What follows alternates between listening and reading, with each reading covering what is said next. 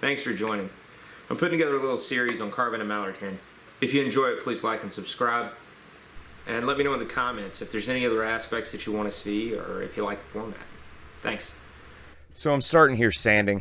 Right now I'm using 220 grit paper.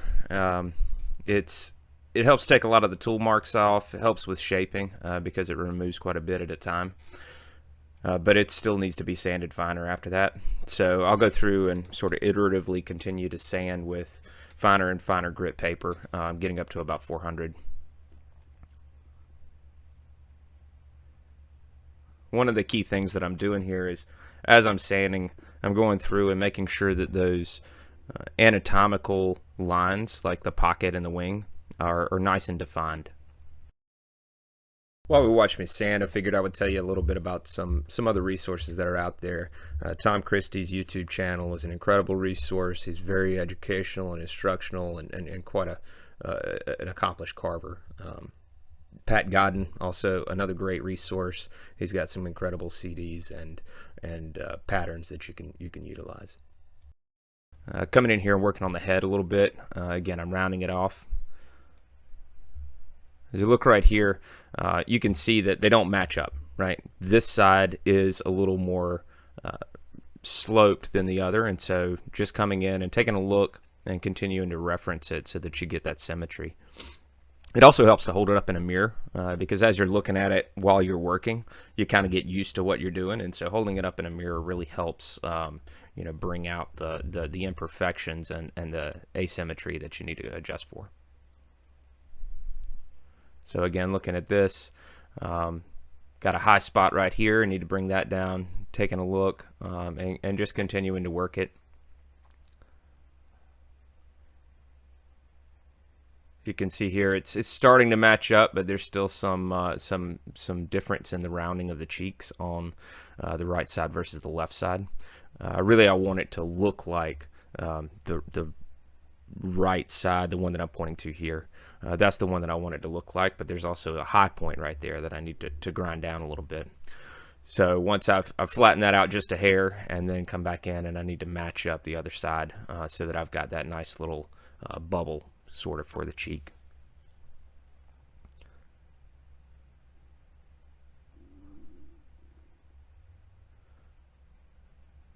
And you can see here it's not perfectly rounded, so when I'm looking straight down, the cheeks aren't symmetrical here either. So can kind of figure out what I need to take off in order to get them to match up, and really going with the side that looks more realistic.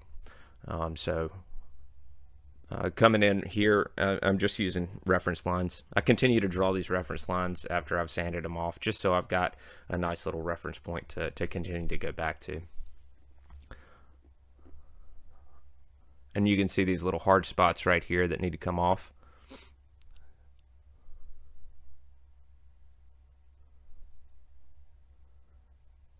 And now it's starting to look a little more symmetrical.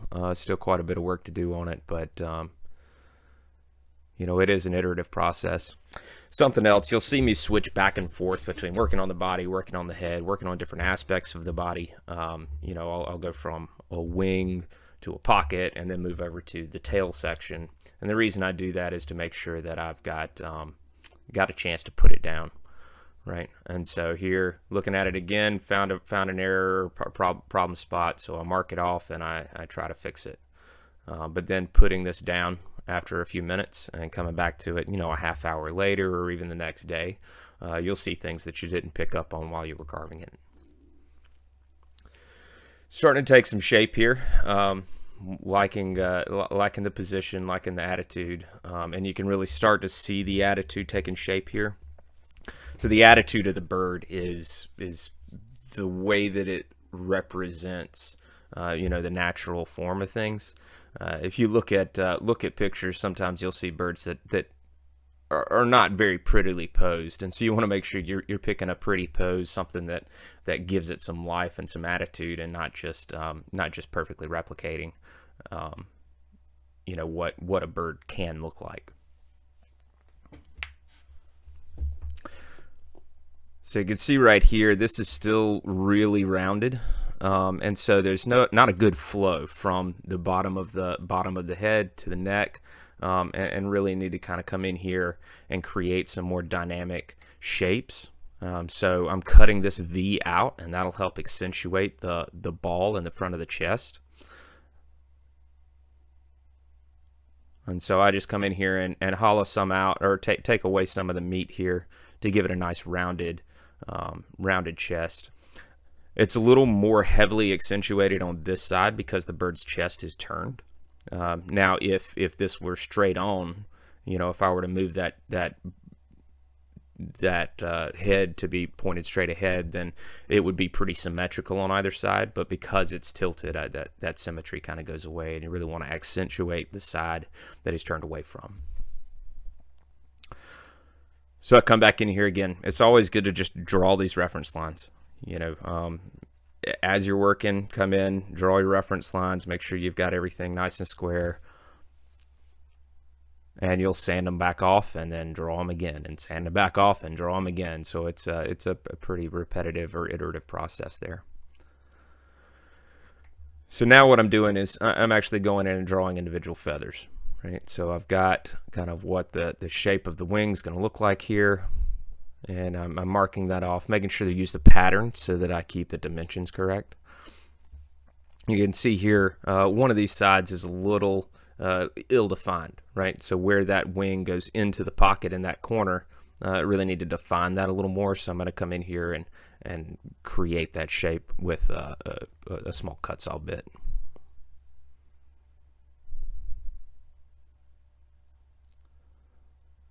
And then once I finish this and get the shape the way that I want it on both corners here, then I'm going to have to come back in with a sander and do the same kind of thing. Sand out those tool marks. But the big thing is just to make sure that these are really defined features, because those are the critical anatomical features.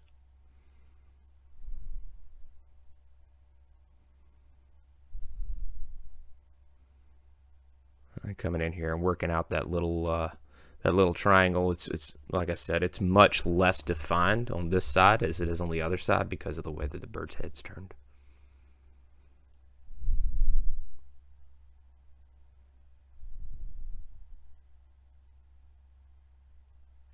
And moving back to sandpaper.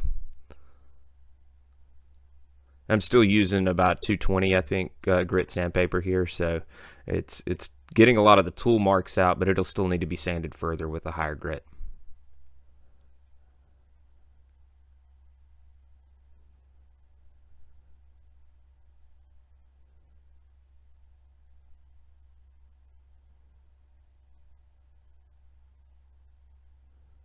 And now moving to a smaller drum so I can get into some more some of the harder to reach areas here. And really just trying to soften all this up.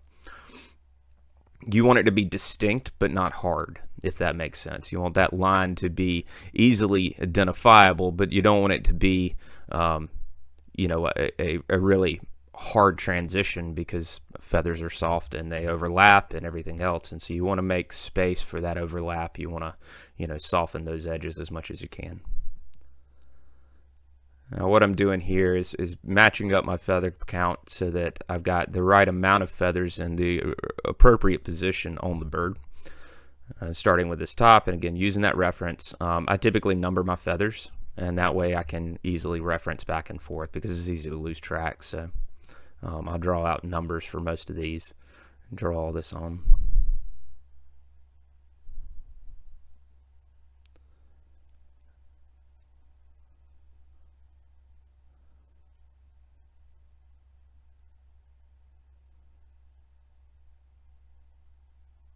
And I'll go through this time and time again. I'll probably redraw these 25 times through the course of this process. And you can see here what I'm doing is pulling up an actual reference photo so that I can make sure that the dimensions of the secondary feathers are accurate to where they would be on the bird.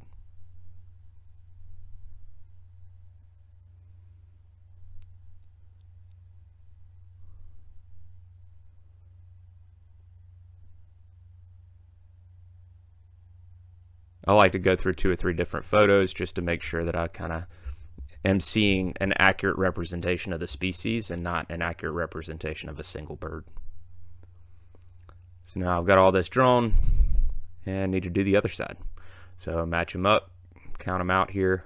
Again, numbering these feathers, and I can use the wing that I've drawn instead of having to constantly pull up my pattern. So I've got the wing that I've already drawn, so I can use that as my reference mark for the other wing.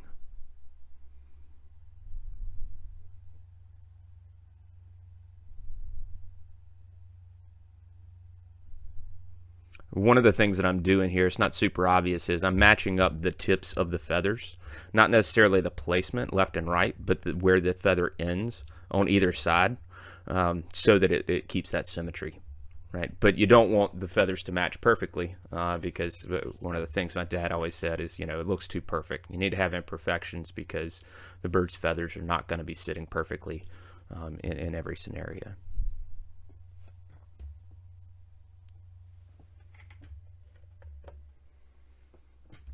So now I'm coming on, I'm doing the same thing with the side pocket. And you'll notice there, it didn't like it. The best eraser you have is 400 grit paper. So coming in and just erasing it with sandpaper whenever you don't like what you've drawn. Coming in and numbering all of these feathers, again, making sure that the feathers are, you know, accurately represented, that it's the right number of feathers and that sort of thing.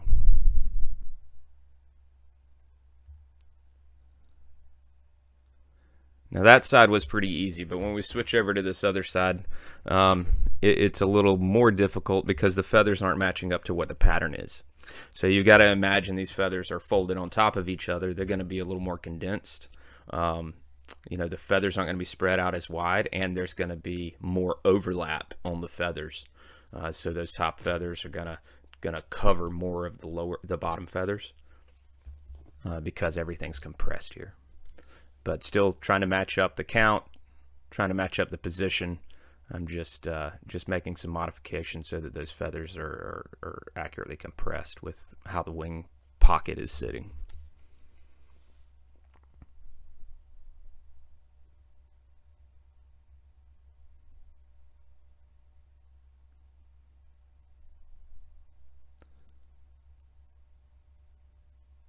So now I've got to cut away the excess around those tertial feathers.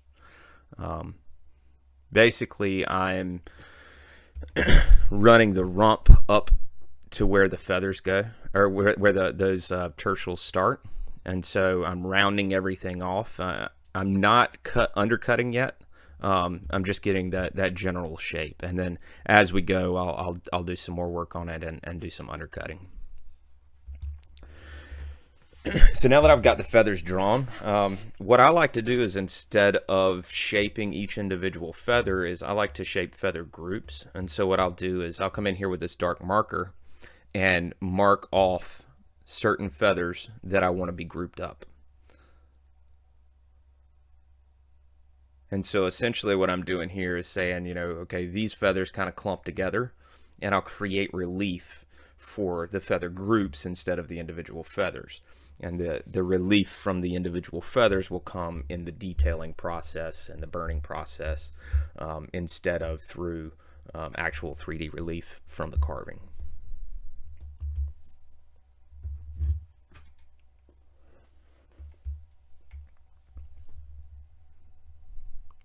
I use a marker because it is easier to keep up with. You know, it bleeds into the wood just a little bit, and so as I come in here and start cutting away, I don't have to worry about losing my pencil marks because that marker bleeds in pretty well. To start with, I'm coming and just undercutting that shape with, this is a teardrop or flame point. And so I'm outlining these feather groups with a pretty deep groove, and that way I have a you know, solid reference mark to draw away from.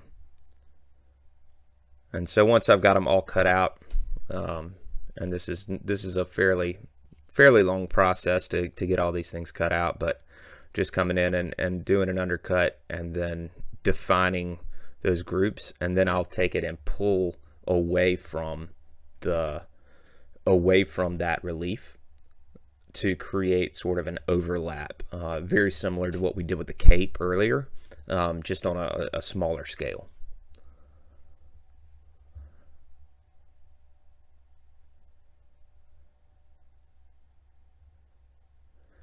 So now I've essentially just got grooves, these channels cut in there. So what I need to do now is actually pull away from that channel on the lower feather, or the lower feather group, and that way the feathers that are resting on top actually have that sort of roll, and they look like they're laying on top of the feather. So I'll come in and pull it away pretty drastically to make sure that there's plenty of space there and you don't end up with a hump or a channel. And then I'll round off the hard side of the feather from the top, so that it has that nice smooth roll into what used to be the channel and is now drawn out. Still getting used to doing this with a camera, so I do apologize that my hand's covering up a good bit of the work that I'm doing here. But essentially, going to fast forward. Don't want you to go through that whole process. So now what I'm doing, I've got it drawn out, so now I need to round those top feathers off. So the feathers that are laid on top are going to be more rounded, whereas the feathers that are underneath are going to be drawn out a little bit more. And you can kind of see what that looks like here on the wing that's already done, and what the process looks like on the other wing.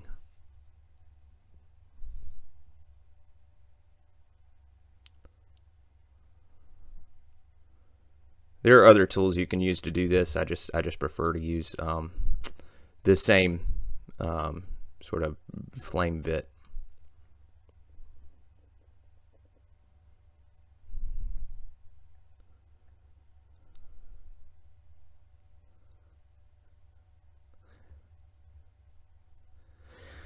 And again, you can't really tell it here, but it'll come into play once I start sanding this down.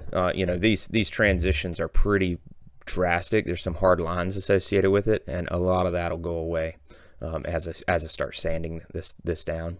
You can also see that a lot of the feather lines are gone, especially the ones that were drawn in pencil, and so we'll need to come back in and redraw those. I try to leave a couple of little marks and indications where they were so that I don't have to do it from scratch, but that doesn't always work out. Sometimes you have to just remember how many feathers were there and look back at your reference and look back at your pattern to make sure that everything's matching up.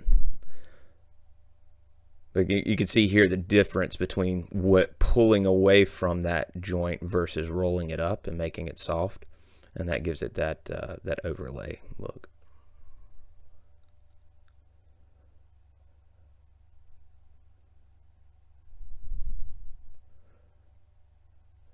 Now I'm doing the same thing here, but I'm keeping these feathers a little more defined because there's a pretty significant overlap with the tertial feathers and the secondary feathers and all that. So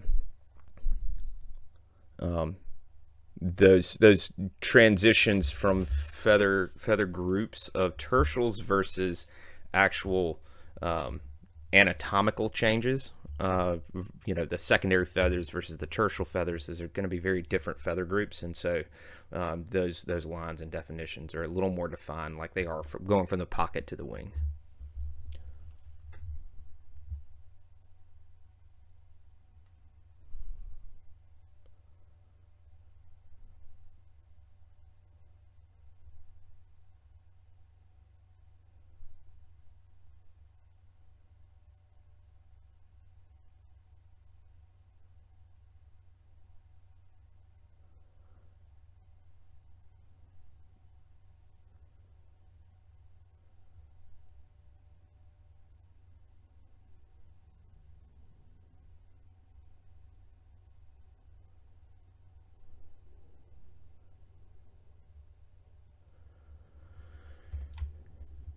You can see on some of these groups that there's still a channel, especially on the pocket over there. You can see that there's still a little bit of a channel there, and so as I go in and sand, I'll need to draw those out a little bit more.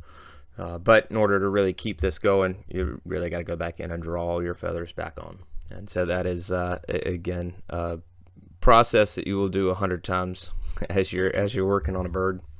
And it's good to just continue to draw your reference marks anytime they get covered up, so that you don't end up, 5 steps down the road and can't remember which feathers went where.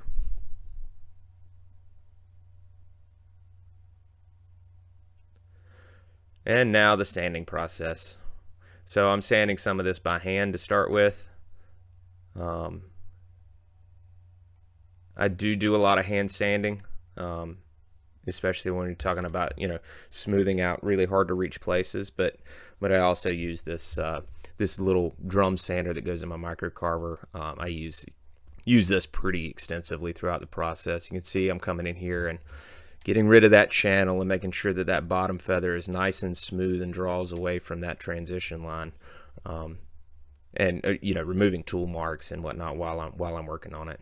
But you can see I'm coming in here and I'm starting again from the base feather, the feather that's underneath, I'm drawing it out, pulling it out, and then I'm going back over the ridges from the overlapping feather and rounding those off nice and smooth as well.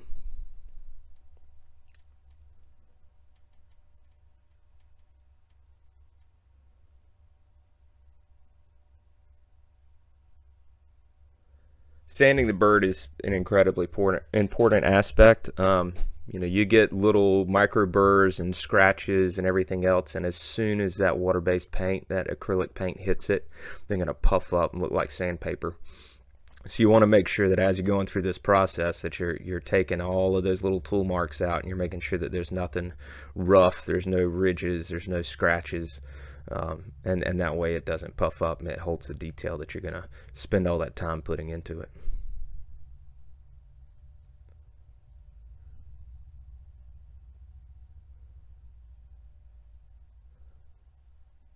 This is a pretty long process, and sanding is probably 30% of the work that you'll do on the bird, making sure that everything's nice and smooth and clean.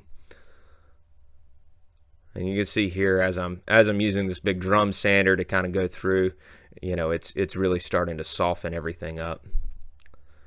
So then I move on to detail work, and this is again a very long process. So I'm only going to show a few snippets of it. What I've done here is I've come in and I've drawn in all of the different splits in the feather that I want to accentuate, and then I'm taking this little teardrop or flame bit and cutting those out. And I think here I'm using a little white ceramic stone. It won't leave the tool marks. It cuts a little slower, but if you crank it up to 35,000, 50,000 RPMs, it still cuts away pretty good. But you can see sort of how I'm attacking this. I'm starting from the point that's going to be where the split starts, and then drawing it down and flattening things out, flattening out the bit as I pull away, and that helps to create that open section. Again, sorry my hand's blocking half of the work that I'm doing here. Getting used to the camera, and I'll continue to refine and get a little better at it. So now coming back in here, making sure that I'm drawing it on. So I did that detail work on one side. Now I'm coming back in and drawing these feathers back on, and then drawing the splits on them.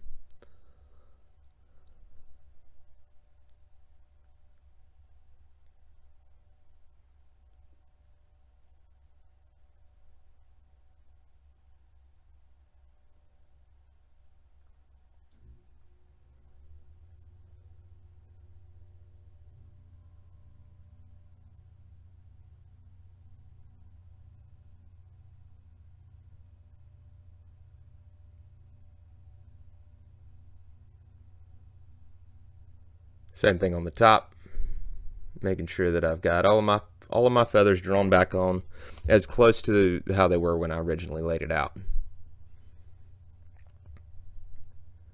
And there are going to be some slight changes, especially if you're talking about, 3 or 4 feathers in a group. There may be some slight adjustments, but just matching up the sides, making sure that the lengths are right, making sure that you have the same number, making sure that they're pointed in the same general direction.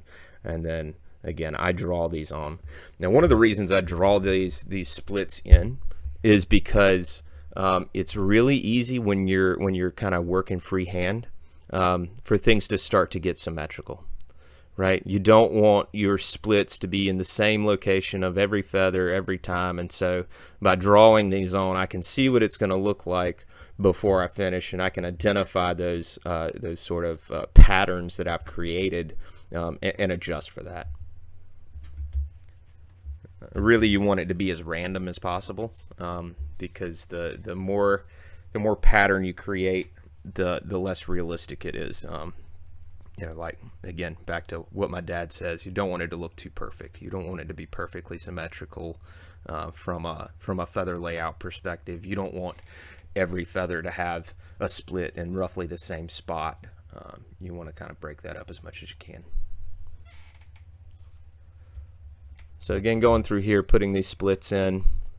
One side is always easier to do than the other because of the direction that you're having to turn. And for some reason, I always seem to start with the easy side. I don't know if it's just habit or, but without thinking about it, I always just seem to start with the easy side, and then I've got to go in and try and match that up with the difficult side.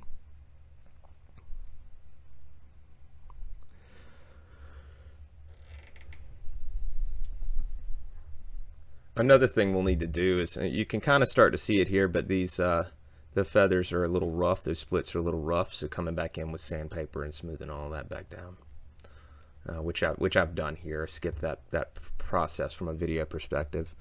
What I'm doing here is I'm gluing the head on, but I want it to be temporary. I want to be able to pop this head back off. So I've put a piece of cardboard in between, just like a chip box.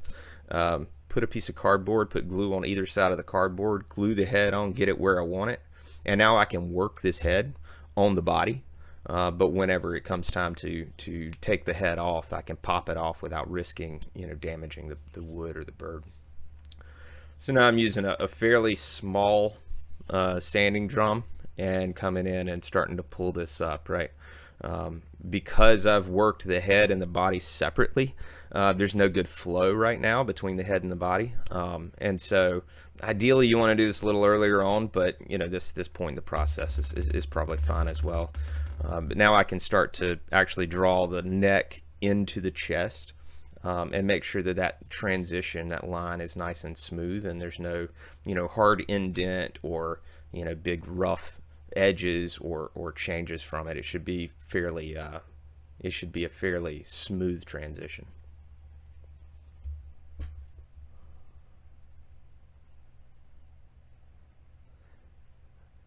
And I'm using smaller and smaller bits to try and get this as smooth as I can.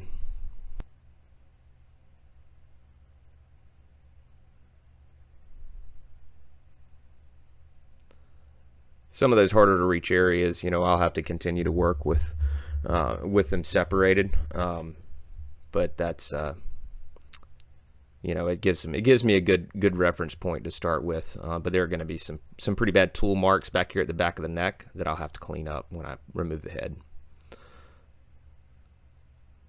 So it's still a little rough back there. But now that I'm happy with the rough shape, I'm just going to grab the head, grab the body, and pop it back off. You can see here the cardboard is what split and not the wood. And so then I've got this little nifty thing that I made. It's just a piece of wood with some sandpaper on it, but allows me to sand flat.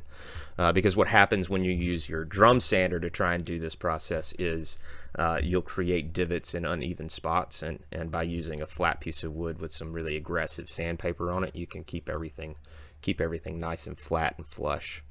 I'm also coming in here with a tool mark and lining up the head, and sorry you can't see that because of the back of my head, but lining up where the head goes, because now I've got these tool marks in here. I don't have to worry about losing them like I would a pencil mark, and it allows me to put the head back on exactly how I've shaped it.